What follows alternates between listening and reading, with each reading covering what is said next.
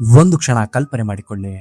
Pacific ಮಹಾಸಾಗರದ ಮಧ್ಯ ಇರುವ ಒಂದು ಸಣ್ಣ ದ್ವೀಪ ಕೇವಲ 24 ಗಂಟೆಗಳ ಕಾಲ ತನ್ನ ಕೆಲಸವನ್ನ ನಿಲ್ಲಿಸಿದರೆ ಏನಾಗಬಹುದು? ನಿಮ್ಮ ಕೈಯಲ್ಲಿರುವ ಸ್ಮಾರ್ಟ್ಫೋನ್ಗಳಿಂದ ಹಿಡಿದು ಆಕಾಶದಲ್ಲಿ ಹಾರುವ ಫೈಟರ್ ಜೆಟ್ಸ್ಗಳವರೆಗೆ, ಪ್ರಪಂಚದ ಸ್ಟಾಕ್ ಮಾರ್ಕೆಟ್ಸ್ ಇಂದ ಹಿಡಿದು ದೇಶಗಳ ನ್ಯೂಕ್ಲಿಯರ್ ಡಿಫೆನ್ಸ್ ಸಿಸ್ಟಮ್ನವರೆಗೆ ಎಲ್ಲವೂ ಸ್ತಬ್ಧವಾಗುತ್ತದೆ. ಗ್ಲೋಬಲ್ ಎಕಾನಮಿ ಕೇವಲ ಕೆಲವೇ ದಿನಗಳಲ್ಲಿ ಪಾತಾಳಕ್ಕೆ ಕುಸಿದು ಬೀಳುತ್ತದೆ. ಯಾಕೆ ಗೊತ್ತಾ? ಪ್ರಪಂಚದ ಅತಿ ಭಯಾನಕ ಅಸ್ತ್ರ ಯಾವುದೋ ನ್ಯೂಕ್ಲಿಯರ್ ಬಾಂಬ್ ಅಥವಾ ಬಯೋ ವೆಪನ್ ಅಲ್ಲ, ಬದಲಿಗೆ ನಮ್ಮ ಬೆರಳಿನ ಉಗುರಿನ ಗಾತ್ರದ ಒಂದು ಸಣ್ಣ ಸೆಮಿ ಕಂಡಕ್ಟರ್ ಚಿಪ್. ನಿಮಗೆ ಇದುವರೆಗೂ 3ನೇ ಮಹಾಯುದ್ಧ ಭೂಮಿಗೋಸ್ಕರ ಅಥವಾ ತೈಲಕ್ಕೋಸ್ಕರ ನಡೆಯುತ್ತೆ ಅಂತ ಅನ್ನಿಸಿದರೆ you are absolutely wrong. The third world war has already began. ಆದರೆ ಈ ಯುದ್ಧ ನಡೆಯುತ್ತಿರೋದು ಗಡಿಯಲ್ಲಿ ಅಲ್ಲ, ಬದಲಿಗೆ ಲ್ಯಾಬೊರೇಟರಿಗಳಲ್ಲಿ, ಅದು ಈ ಸಣ್ಣ ಸೆಮಿ ಕಂಡಕ್ಟರ್ ಚಿಪ್ಗಳಿಗಾಗಿ. ನಮಸ್ಕಾರ ಸ್ನೇಹಿತರೆ, ಸಾಮ್ರಾಟ ಚಾನಲ್ಗೆ ತಮಗೆಲ್ಲರಿಗೂ ಆತ್ಮೀಯವಾದ ಸ್ವಾಗತ. ಸೆಮಿ ಕಂಡಕ್ಟರ್ ಅನ್ನೋದು ಇಂದಿನ ಮಾಡರ್ನ್ ಜಗತ್ತಿನ ಒಂದು ಹೊಸ ತೈಲ. ಈ ವಿಡಿಯೋದಲ್ಲಿ ನಾವು ಕೇವಲ ಅಮೆರಿಕ ಮತ್ತು ಚೀನಾ ಮಧ್ಯೆ ನಡೆಯುತ್ತಿರುವ ಟೆಕ್ ವಾರ್ನ ಬಗ್ಗೆ ಮಾತ್ರ ಮಾತಾಡ್ತಿಲ್ಲ, ಬದಲಿಗೆ ಈ ಇಡೀ ಗ್ಲೋಬಲ್ ಮ್ಯಾಟ್ರಿಕ್ಸ್ನ ಮಧ್ಯೆ ಭಾರತ ಹೇಗೆ ಒಂದು ಮಾಸ್ಟರ್ ಸ್ಟ್ರೋಕ್ನ ಪ್ಲೇ ಮಾಡ್ತಿದೆ ಅನ್ನೋದನ್ನ ಡಿಕೋಡ್ ಮಾಡಲಿದ್ದೇವೆ. ಇದು ಪ್ರತಿಯೊಬ್ಬ ಭಾರತೀಯನು ತಿಳಿದುಕೊಳ್ಳಲೇಬೇಕಾದ ಕಥೆ.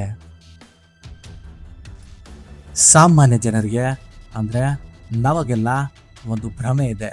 ಅದೇನಪ್ಪ ಅಂದರೆ ಸೆಮಿ ಕಂಡಕ್ಟರ್ಸ್ ಅಥವಾ ಮೈಕ್ರೋಚಿಪ್ಸ್ ಅಂದರೆ ಕೇವಲ ನಮ್ಮ ಐಫೋನ್ ಕ್ಯಾಮ್ರಾನ ಇಂಪ್ರೂವ್ ಮಾಡೋಕೆ ಅಥವಾ ನಮ್ಮ ಲ್ಯಾಪ್ಟಾಪ್ಗಳನ್ನು ಫಾಸ್ಟಾಗಿ ಇಡೋಕೆ ಇರೋ ಒಂದು ಎಲೆಕ್ಟ್ರಾನಿಕ್ ಪಾರ್ಟ್ ಅಂತ.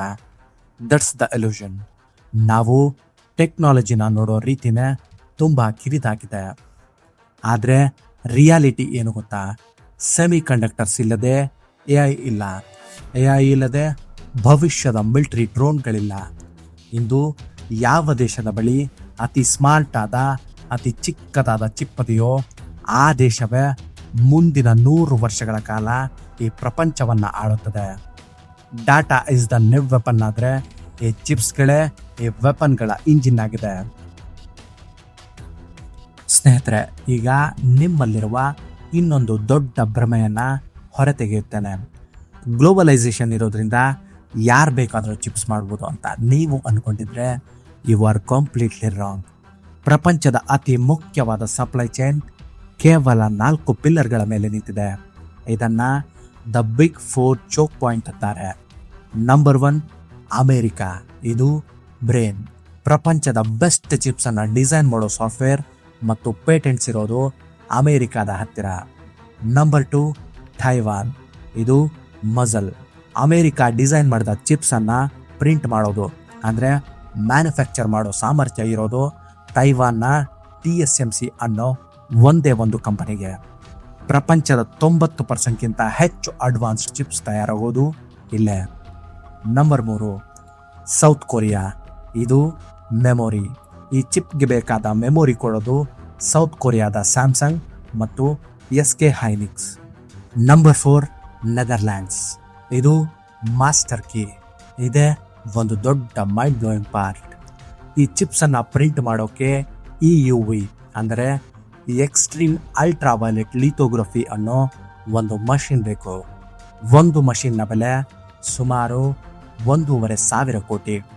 ಪ್ರಪಂಚದಲ್ಲಿ ಈ ಮಷಿನನ್ನು ಮಾಡೋಕ್ಕೆ ಬರೋದು ನೆದರ್ಲ್ಯಾಂಡ್ಸ್ನ ASML ಅನ್ನೋ ಕೇವಲ ಒಂದೇ ಒಂದು ಕಂಪನಿಗೆ ಮಾತ್ರ.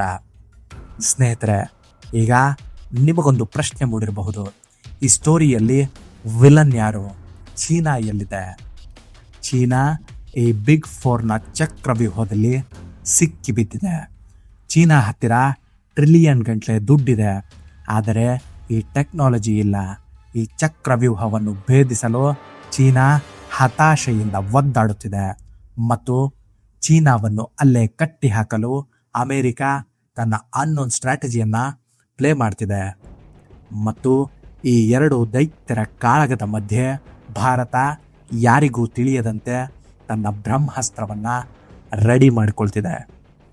ಸ್ನೇಹಿತರೆ, ಚೀನಾ ತನ್ನ ಮಿಲಿಟರಿ ಶಕ್ತಿಯನ್ನು, ತನ್ನ ಆರ್ಟಿಫಿಷಿಯಲ್ ಇಂಟೆಲಿಜೆನ್ಸನ್ನು ಡೆವಲಪ್ ಮಾಡ್ಕೋಬೇಕು ಅಂದರೆ ಅವರಿಗೆ ಈ ಅಡ್ವಾನ್ಸ್ಡ್ ಚಿಪ್ಸ್ ಬೇಕೇ ಬೇಕು. ಆದರೆ ಇಲ್ಲಿ ಅಮೇರಿಕಾ ಪ್ಲೇ ಮಾಡಿರೋ ಸ್ಟ್ರಾಟಜಿನ ಸೈಲೆಂಟ್ ಅಸಾಸಿನೇಷನ್ ಅಂತ ಕರೀತಾರೆ. ಅಂದರೆ ಅಮೇರಿಕಾ ಒಂದೇ ಒಂದು ಗುಂಡು ಹಾರಿಸಿಲ್ಲ, ಬದಲಿಗೆ ಒಂದು ಕಾನೂನು ಪಾಸ್ ಮಾಡ್ತು. ಅದೇ ಎಕ್ಸ್ಪೋರ್ಟ್ ಕಂಟ್ರೋಲ್ಸ್. ಅಂದರೆ ಅಮೇರಿಕಾದ ಯಾವುದೇ ಟೆಕ್ನಾಲಜಿ ಯೂಸ್ ಮಾಡಿ ಪ್ರಪಂಚದ ಯಾವುದೇ ಮೂಲೆಯಲ್ಲಿ ಚಿಪ್ ತಯಾರಿಸಿದ್ರು ಅದನ್ನು ಚೀನಾಗೆ ಮಾರುವಂತಿಲ್ಲ. ಜೊತೆಗೆ ನೆದರ್ಲ್ಯಾಂಡ್ಸ್ನ ASML ಕಂಪನಿಗೆ ತಮ್ಮ ಮಷಿನ್ಗಳನ್ನು ಚೀನಾಗೆ ಕೊಡದಂತೆ ಕಟ್ಟುನಿಟ್ಟಿನ ನಿರ್ಬಂಧ ಹೇರಿದೆ. ಸಿಂಪಲ್ ಆಗಿ ಹೇಳಬೇಕು ಅಂದರೆ ಚೀನಾದ ಟೆಕ್ನಾಲಜಿಯ ಭವಿಷ್ಯದ ಆಕ್ಸಿಜನ್ ಸಪ್ಲೈಯನ್ನೇ ಅಮೇರಿಕಾ ಕಟ್ ಮಾಡಿದೆ. ಆದರೆ ಈ ಇಬ್ಬರು ದೈತ್ಯರ ನಡುವಿನ ಕಾದಾಟದಲ್ಲಿ ಪ್ರಪಂಚದ ಗಮನಕ್ಕೆ ಬಾರದೆ ಒಂದು ದೇಶ ಸೈಲೆಂಟ್ ಆಗಿ ತನ್ನ ಸಾಮ್ರಾಜ್ಯವನ್ನು ಕಟ್ಟುತ್ತಿತ್ತು. ಅದೇ ನಮ್ಮ ಭಾರತ. ಸಾಮಾನ್ಯವಾಗಿ ಎಲ್ಲರೂ ಅಂದ್ಕೊಳ್ಳೋದು ಸೆಮಿ ಕಂಡಕ್ಟರ್ ರೇಸ್ನಲ್ಲಿ ಭಾರತ ತುಂಬ ಹಿಂದೆ ಇದೆ ಅಂತ. ದಟ್ಸ್ ಅ ಲೈ. ನಮಗೆ ಫ್ಯಾಕ್ಟ್ರಿಗಳು ಇರಲಿಲ್ಲ ನಿಜ, ಆದರೆ ಬ್ರೇನ್ ಇತ್ತು. ನಿಮಗೆ ಗೊತ್ತಾ, ಪ್ರಪಂಚದ 20% ಹೆಚ್ಚು VLSI ಅಂದರೆ very large scale integration semi conductor engineers ಭಾರತೀಯರು. ಇಂಟೆಲ್ ಇರಬಹುದು, AMD ಇರಬಹುದು, NVIDIA ಇರಬಹುದು. ಇವರ ಅತ್ಯಾಧುನಿಕ ಚಿಪ್ಸ್ ಡಿಸೈನ್ ಆಗೋದು ಅಮೇರಿಕಾದಲ್ಲ, ಬದಲಾಗಿ ನಮ್ಮ ಬೆಂಗಳೂರು, ಹೈದರಾಬಾದ್ ಮತ್ತು ಪುಣೆಯ R&D ಸೆಂಟರ್ಗಳಲ್ಲಿ. ಅಂದರೆ ಪ್ರಪಂಚ ಓಡುತ್ತಿರೋದು ಡಿಸೈನ್ಡ್ ಬೈ ಇಂಡಿಯನ್ ಬ್ರೇನ್ಸ್ ಚಿಪ್ಸ್ಗಳಿಂದ. ಆದರೆ ಈಗ ಕೇವಲ ಡಿಸೈನ್ ಮಾಡಿದರೆ ಸಾಲದು, ಮೇಡ್ ಇನ್ ಇಂಡಿಯಾ ಕೂಡ ಆಗಬೇಕು ಅಂತ ಸರ್ಕಾರ ಒಂದು ಭಾರಿ ಹೆಜ್ಜೆ ಇಟ್ಟಿದೆ. That is Semicon India master plan. Bharat ಸರ್ಕಾರ ಬರೋಬ್ಬರಿ $10 ಬಿಲಿಯನ್ ಅಂದರೆ ಸುಮಾರು 80,000 ಕೋಟಿ ರೂಪಾಯಿಗಳ PLI ಸ್ಕೀಮನ್ನು ಅನೌನ್ಸ್ ಮಾಡ್ತು. ನೀವು ಬಂದು ನಮ್ಮ ದೇಶದಲ್ಲಿ ಚಿಪ್ ಫ್ಯಾಕ್ಟ್ರಿ ಹಾಕಿ ನಿಮ್ಮ ಇನ್ವೆಸ್ಟ್ಮೆಂಟ್ನ 50% ಹಣವನ್ನು ನಾವೇ ಕೊಡ್ತೀವಿ ಅನ್ನೋ ಆಫರ್ ಇದು. ಇದರ ರಿಸಲ್ಟ್ ಅಮೇರಿಕಾದ ಮೈಕ್ರಾನ್ ಕಂಪನಿ ಗುಜರಾತ್ನ ಸಾನನ್ನಲ್ಲಿ ತನ್ನ ATMP ಪ್ಲ್ಯಾಂಟನ್ನು ಶುರು ಮಾಡಿದೆ. ಇದಕ್ಕೂ ಒಂದು ಹೆಜ್ಜೆ ಮುಂದೆ ಹೋಗಿ ನಮ್ಮ ಟಾಟಾ ಗ್ರೂಪ್ಸ್ ತೈವಾನ್ನ PSMC ಜೊತೆ ಸೇರಿ ಗುಜರಾತ್ನ ಧೋಲೇರಾದಲ್ಲಿ ಭಾರತದ ಮೊಟ್ಟ ಮೊದಲ ಮೆಗಾ ಫ್ಯಾಬನ್ನು ನಿರ್ಮಾಣ ಮಾಡ್ತಾ ಇದೆ. The game has officially begun. ಆದರೆ ಇಲ್ಲಿಗೆ ನಮ್ಮ ಎದೆಯುಬ್ಬಿ ನಾವೇ ಮುಂದಿನ ಸೂಪರ್ ಪವರ್ ಅಂತ ಅಂದುಕೊಳ್ಳೋದು ನಮ್ಮ ಮೂರ್ಖತನ. ಯಾಕಂದರೆ ಒಂದು ಸೆಮಿ ಕಂಡಕ್ಟರ್ ಫ್ಯಾಬ್ ಕೊಟ್ಟೋದು ಪ್ರಪಂಚದ ಅತಿ ಕಷ್ಟಕರವಾದ ಕೆಲಸ. It's the most complex machine ever built by humanity. ನಿಮಗೆ ಅದರ ಸ್ಕೇಲ್ ಅರ್ಥ ಆಗಬೇಕು ಅಂದರೆ ಒಂದು ಫ್ಯಾಬ್ ಒಳಗಡೆ ಇರೋ ಗಾಳಿ ಆಪರೇಷನ್ ಥಿಯೇಟರ್ಗಿಂತ 1000 ಪಟ್ಟು ಹೆಚ್ಚು ಕ್ಲೀನಾಗಿರಬೇಕು. ಒಂದೇ ಒಂದು ಧೂಳಿನ ಕಣ ಹೋದರೂ ಕೋಟ್ಯಂತರ ರೂಪಾಯಿ ಬೆಲೆಯ ಚಿಪ್ಸ್ ವೇಸ್ಟ್ ಆಗುತ್ತೆ. ಆ ಫ್ಯಾಕ್ಟ್ರಿಗೆ 24 ಗಂಟೆಯ 1 ಸೆಕೆಂಡ್ ಕೂಡ ಪವರ್ ಕಟ್ ಆಗಬಾರ್ದು. ಮತ್ತು ಪ್ರತಿದಿನ ಲಕ್ಷಾಂತರ ಲೀಟರ್ ಅಲ್ಟ್ರಾ ಪ್ಯೂರ್ ವಾಟರ್ ಬೇಕು. ಸಣ್ಣ ಭೂಕಂಪ ಅಥವಾ ವೈಬ್ರೇಷನ್ ಆದರೂ ಇಡೀ ಪ್ರೊಡಕ್ಷನ್ ನಿಂತು ಹೋಗುತ್ತದೆ. ಸ್ನೇಹಿತರೆ, ನಾವು ಮರೆಯಬಾರದ ಒಂದು ಕಹಿ ಘಟನೆ ಇದೆ. 1980ರ ದಶಕದಲ್ಲೇ ಭಾರತ ಮೊಹಾಲಿಯಲ್ಲಿನ ಸೆಮಿ ಕಂಡಕ್ಟರ್ ಲ್ಯಾಬೊರೇಟರಿಯಲ್ಲಿ ಚಿಪ್ಸ್ ಮಾಡೋದನ್ನು ಶುರು ಮಾಡಿತ್ತು. ಆಗ ನಾವು ತೈವಾನ್ಗೆ ಸಮಾನ ಕಾಂಪಿಟೇಟರ್ ಆಗಿದ್ವಿ. ಆದರೆ 1983ರಲ್ಲಿ ಆ ಫ್ಯಾಕ್ಟರಿಯಲ್ಲಿ ಆದ ಒಂದು ನಿಗೂಢವಾದ ಬೆಂಕಿ ಅನಾಹುತ ನಮ್ಮನ್ನು 30 ವರ್ಷಗಳ ಕಾಲ ಹಿಂದಕ್ಕೆ ತಳ್ಳಿತು. ಆದರೆ ಈ ಬಾರಿ we cannot afford to fail. ಹಾಗೆ ಇಲ್ಲಿ ನಿಮ್ಮ ತಲೆಯಲ್ಲಿ ಒಂದು ಪ್ರಶ್ನೆ ಬರಬೇಕು. ಇದ್ದಕ್ಕಿದ್ದ ಹಾಗೆ ಅಮೇರಿಕ, ಜಪಾನ್, ತೈವಾನ್ಗಳಿಗೆ ಭಾರತದ ಮೇಲೆ ಯಾಕಿಷ್ಟು ಪ್ರೀತಿ ಬಂತು?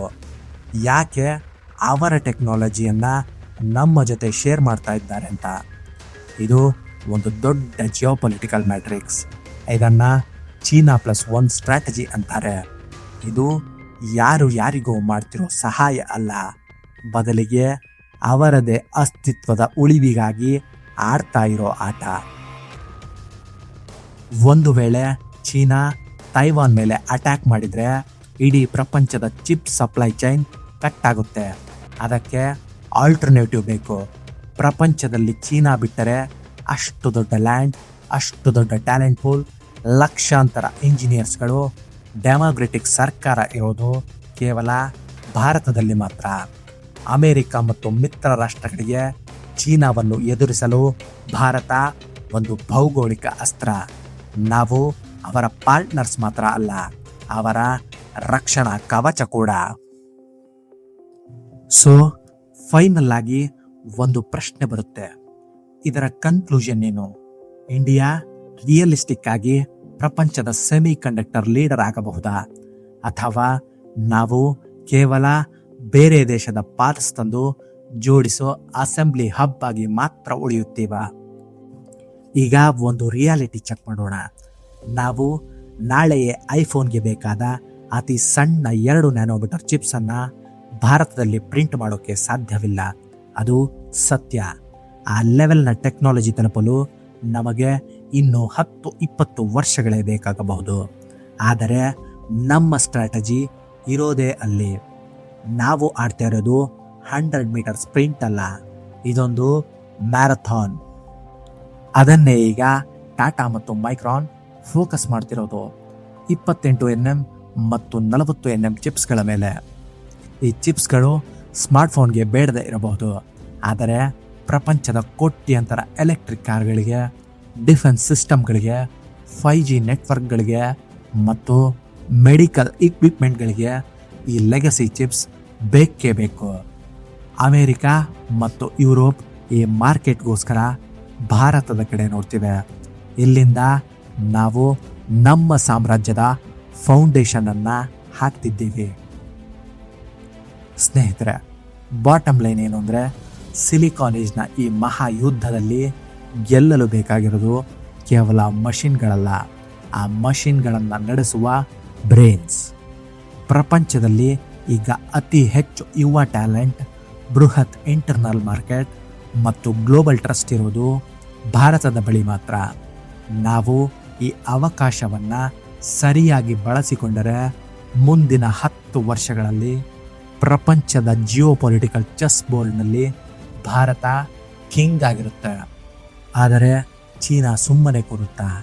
ಅಮೆರಿಕಾದ ನಿರ್ಬಂಧಗಳನ್ನು ಮೀರಿ ಚೀನಾ ತನ್ನದೇ ಆದ ಸೆಮಿ ಕಂಡಕ್ಟರ್ನ ಈಕೋಸಿಸ್ಟಮನ್ನು ಕಟ್ಟಿ ಭಾರತವನ್ನು ಹಿಂದಿಕ್ಕುವ ಸಾಧ್ಯತೆ ಇದೆಯಾ? ಇದರ ಬಗ್ಗೆ ನಿಮ್ಮ ಒಪಿನಿಯನ್ ಏನು? ಭಾರತದ ಈ $10 billion semi conductor master plan success ಆಗಲಿ ಎಂದು ಆಶಿಸೋಣ. ನೀವು ಸಹ ಕಮೆಂಟ್ ಸೆಕ್ಷನ್ನಲ್ಲಿ ನಮ್ಮ ಭಾರತಕ್ಕೆ ಹಾರೈಸಿ. ಮತ್ತೊಂದು ರೋಚಕ ಮತ್ತು ಅಷ್ಟೇ ಇಂಟ್ರೆಸ್ಟಿಂಗ್ ಮಾಹಿತಿಯೊಂದಿಗೆ ನಿಮ್ಮ ಮುಂದೆ ಬರುತ್ತೇನೆ. ಅಲ್ಲಿಯವರೆಗೆ ನಿಮ್ಮ ಸಾಮ್ರಾಟ ಸೈನಿಂಗ್ ಆಫ್. ಜೈ ಹಿಂದ್, ಜೈ ಕರ್ನಾಟಕ.